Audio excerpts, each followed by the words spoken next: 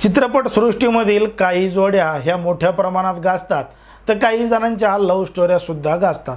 पण मात्र या जोड्या चित्रपटामध्ये कशा पद्धतीनं हिट ठरल्या किंवा त्यांची पार्श्वभूमी काय होती हे सुद्धा आपल्याला माहीत करून घेण्याची इच्छा मोठ्या प्रमाणात असते।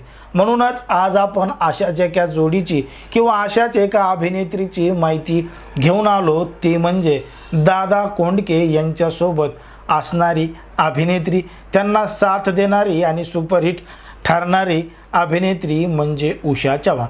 उषा चव्हाण ही एका तमाशा कलावंतांची मुलगी होती का? आणि एका तमाशा कलावंतांची मुलगी अभिनेत्री कशी बनली, सुपरस्टार अभिनेत्री कशी बनली, तिचा प्रवास नेमका काय होता, आपण हेच आजच्या व्हिडिओमध्ये अगदी सविस्तरपणे जाणून घेणार आहोत।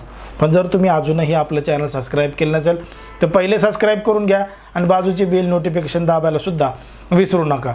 उषा चव्हाण हिच्या जीवन प्रवासाला सुरुवात होते ती म्हणजे पुणे जिल्ह्यातील जे आंबेगाव तालुका आहे त्या आंबेगाव तालुक्यामधील अवसरी खुद्रुक नावाचं गाव आहे आणि याच गावामधून तिच्या आयुष्याला, तिच्या जन्माला सुरुवात होते। अवसरी खुर्द या गावामध्ये राहणारे दत्तात्रय चव्हाण आणि त्यांची बायको हिराबाई चव्हाण हे या ठिकाणी राहत होते आणि हे दोघंही तमाशा कलावंत होते। त्या तमाशामध्ये अगदी उत्तमपणे काम करायचे, अभिनय करायचे, सगळं काही तमाशामध्ये करायचे। आता हे सगळं करत असताना या दोघांच्यामध्ये एक मुलीचा जन्म झाला आणि त्या मुलीचं नाव ठेवण्यात आलं उषा चव्हाण आणि तिचा जन्म झाला होता 17 ऑक्टोबर 1955 ला। दत्तात्रय चव्हाण आणि हिराबाई चव्हाण यांना मुलगी झाली आणि तिचं नाव उषा चव्हाण ठेवण्यात आलं। आता ती हळूहळू मोठी होत गेली, शाळेचं शिक्षण घेत गेली आणि आई वडीलच जर एवढे मोठे कलावंत आहेत तर मग त्यांची मुलगी सुद्धा मागे कशी राहील। मग ती त्याच पद्धतीने शाळेमध्ये सुद्धा अभिनय करायची, डान्स करायची, नृत्य करायची, आई वडिलांबरोबर सुद्धा काम करायची। मग इकडे ती हळूहळू मोठी झाली आणि जेव्हा ती 16 वर्षाची झाली तेव्हा तिला अनेक ठिकाणाहून ऑफर सुद्धा येऊ लागल्या, अनेक ठिकाणी तिला बोलवलं सुद्धा जाऊ लागलं। जेव्हा अरुण सरनाईक यांची लवंगी मिरची कोल्हापूरची हे नाटक आलं आणि या नाटकामध्ये उषा चव्हाण हिला भूमिका देण्यात आली आणि ती भूमिका तिनं उत्तमरित्या पार पाडली आणि तिची भूमिका प्रेक्षकांना मोठ्या प्रमाणात आवडू लागली। लवंगी मिरची कोल्हापूरची हे नाटक लोकांना त्या काळी मोठ्या प्रमाणात आवडलंच, पण उषा चव्हाण हिचा देखील अभिनय लोकांना मोठा आवडू लागला आणि मग हिला इथून पुढं कामंसुद्धा मिळत गेली। आता हे सगळं कामं करत असताना तिच्यावर नजर पडली ते म्हणजे अनंत माने यांची। अनंत माने हे दिग्दर्शक होते आणि 1964 ला त्यांनी सवाल माझा ऐका नावाचा चित्रपट केला। आता सवाल माझा ऐका हा चित्रपट केला आणि या चित्रपटामध्ये प्रमुख भूमिकेमध्ये होत्या अभिनेत्रीच्या ते म्हणजे जयश्री गडकर। आता जयश्री गडकर ह्या प्रमुख भूमिकेत होत्या आणि यांच्या पाठीमागं गाणाऱ्या, यांच्या पाठीमागं नाचणाऱ्या काही अभिनेत्र्या होत्या आणि त्या अभिनेत्रीपैकीच एक अभिनेत्री होती ती म्हणजे उषा चव्हाण आणि उषा चव्हाणला त्या सवाल माझा ऐका या चित्रपटामध्ये जयश्री गडकर यांच्या पाठीमागं नाचण्यासाठी पर डे दिला जात होता, तो म्हणजे 15 रुपये। 15 रुपये पर डे घेऊन त्या ठिकाणी त्यांनी त्या चित्रपटामध्ये काम केलं आणि त्या ठिकाणाहून त्यांना एक ओळख मिळाली। त्यानंतर मात्र अनंत माने यांनी 1965 ला पुन्हा एक चित्रपट निर्मित केला, केला इशारा जाता जाता। केला इशारा जाता जाता याची कास्टिंग ते करत होते, अनेकांची निवड करत होते आणि यासाठी ते उषा चव्हाण हिला भेटले आणि तिला विचारू लागले की आता माझ्या चित्रपटामध्ये काम करशील का?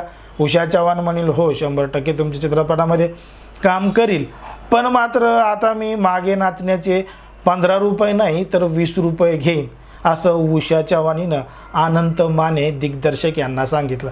अनंत माने हसले आणि म्हणाले, अगं मी तुला आता मागे नाचण्यासाठी नाही तर तुला पुढं नाचण्यासाठी म्हणजे मुख्य भूमिकेमध्ये तू असणार आहेस आणि तुला मी त्यासाठीच तुझी कास्टिंग करतोय, तुझी निवड करतोय। आता हे सगळं ऐकून उषा चव्हाण सुद्धा खुश झाली आणि तिनं केला इशारा जाता जाता या अनंत माने यांच्या चित्रपटामध्ये भूमिका साकारली, ती ही मुख्य अभिनेत्रीची भूमिका साकारली आणि मग ती इथूनच प्रसिद्ध होत गेली। तिकडं मात्र दादा कोंडके हे नाटकाच्या माध्यमातून याच्या माध्यमातून समोर येतच होते, त्यांचेसुद्धा तिकडं नाटकाचे प्रयोग चालूच होते आणि इकडं उषा चव्हाण ह्यासुद्धा चित्रपट करत होत्या आणि अभिनेत्रीसुद्धा होत्या। मग असाच एका प्रवासादरम्यान साताऱ्याच्या बसस्टँडवर दादा कोंडके यांची आणि उषा चव्हाण यांची भेट झाली, कारण की उषा चव्हाण ह्या अभिनेत्री होत्या आणि दादा कोंडके हे सुद्धा इच्छा माझी पुरी करा या वगनाट्याचे कलाकार होते। त्यांचं नाटकसुद्धा मोठ्या प्रमाणात प्रसिद्ध झालं होतं। मग या दोघांची भेट साताऱ्याच्या बसस्टँडवर झाली आणि बसस्टँडवर झाल्यानंतर एकमेकांचं बोलणं झालं, काय चालू आहे, कशा पद्धतीने चालू आहे, काम कसं चाललं आहे, दोघांनीही एकमेकांना सांगितलं। तेव्हा दादा कोंडकेंनी सांगितलं की मी एक चित्रपट करतोय आणि त्या चित्रपटाचं नाव आहे सोंगाड्या। सोंगाड्या चित्रपटासाठी जयश्री गडकर यांची निवड केली होती, पण मात्र त्यांनी या चित्रपटामध्ये काम करण्यासाठी नकार दिला।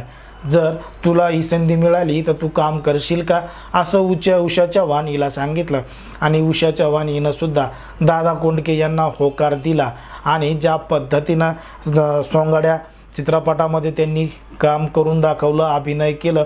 1971 मध्ये सोंगाड्या हा दादा कोंडकेचा पहिला चित्रपट अगदी सुपर डुपर हिट ठरला आणि त्यानंतर दादा कोंडके यांचा आणि उषा चव्हाण यांचा असा एकही चित्रपट नाही की जो फेल गेला, सगळे चित्रपट हे हिटच ठरले।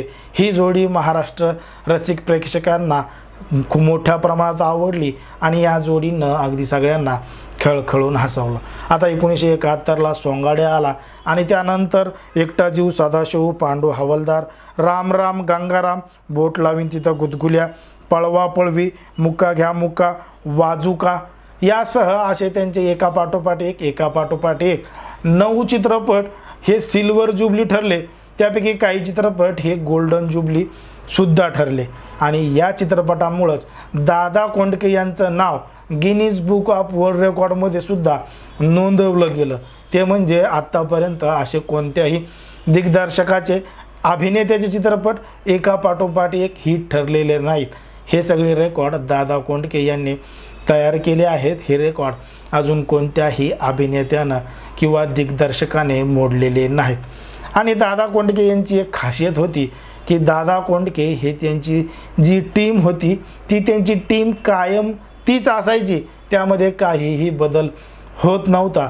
ते इतर कोणाला संधी देत नव्हते आणि इतर कोणासोबत कामही करत नव्हते असं सुद्धा सांगितलं जातं। एकंदरीत उषा चव्हाण यांच्या जीवन प्रवासाबद्दल आणि दादा कोंडके यांच्या जीवन प्रवासाबद्दल तुम्हाला काय वाटतं किंवा तुम्हाला काय अधिक माहिती आहे का, असेल तर अगदी स्पष्टपणे कमेंट्समध्ये सांगा आणि अशाच पद्धतीचे नवनवीन व्हिडिओ पाहण्यासाठी आपल्या चॅनलला लगेच सबस्क्राईब करून घ्या।